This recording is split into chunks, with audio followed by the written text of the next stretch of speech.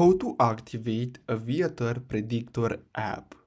So basically what you're gonna have to do is simply open any browser on your mobile device and then simply search for Aviator Predictor bot and then click on this link from GitHub. So make sure this is the GitHub one and then you're gonna get redirected here. So I'm gonna reopen this tab.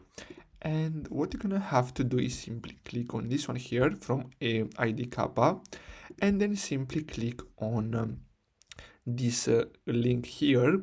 For this you're gonna need to install Telegram first because this works only with Telegram. So basically when you click on this, your Telegram app will be opened and then you can simply add and start the conversation with the bot. And as you can see, you're gonna get your you're gonna have to send the client C to the bot and you're gonna have to use this command here and then you're gonna receive the predictions.